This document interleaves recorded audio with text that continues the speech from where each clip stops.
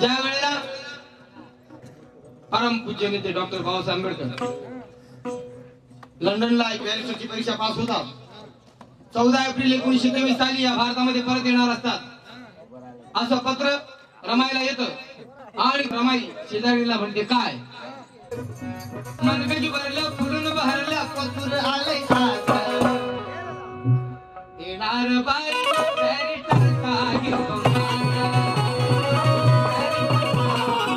शिष्टमंडळ परदेशातून या 3 बॅरिस्टरांची मुलाखत घेण्याकरता या भारतात आलं. रात्रीचे 8:30 वाजले होते. बॅरिस्टर जिना यांच्या घरी हे शिष्टमंडळ गेला असता.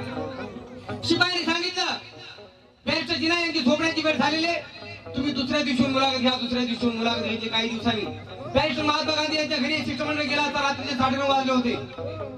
शिपाईने सांगितलं गांधीजी झोपलेले आहेत, तुम्ही दुसऱ्या दिवशी मुलाखत घ्या. दुसऱ्या दिवशी मुलाखत घेतली. काही दिवसांनी बाबासाहेबांच्या दारावरती रात्रीच्या 2 वाजता दारावरती थाप मारली. स्वतः बाबासाहेबांनी दार उघडलं. शिष्टमंडळाने त्यांना प्रश्न विचारला, आंबेडकर बॅरिस्टर जिना 8:30 ला झोपले, बॅरिस्टर महात्मा गांधी 9:30 ला झोपले, रात्रीच्या 2 वाजल्या तरी तुम्ही जागे. बाबासाहेब म्हटले बरोबर आहे. बॅरिस्टर जिना 8:30 ला झोपले कारण त्यांचा समाज जागा आहे.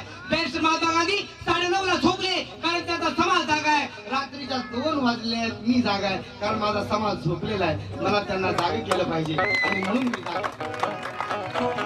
आणि म्हणून रमाई म्हणते काय, अगं या दुःखितांचं शोषितांचं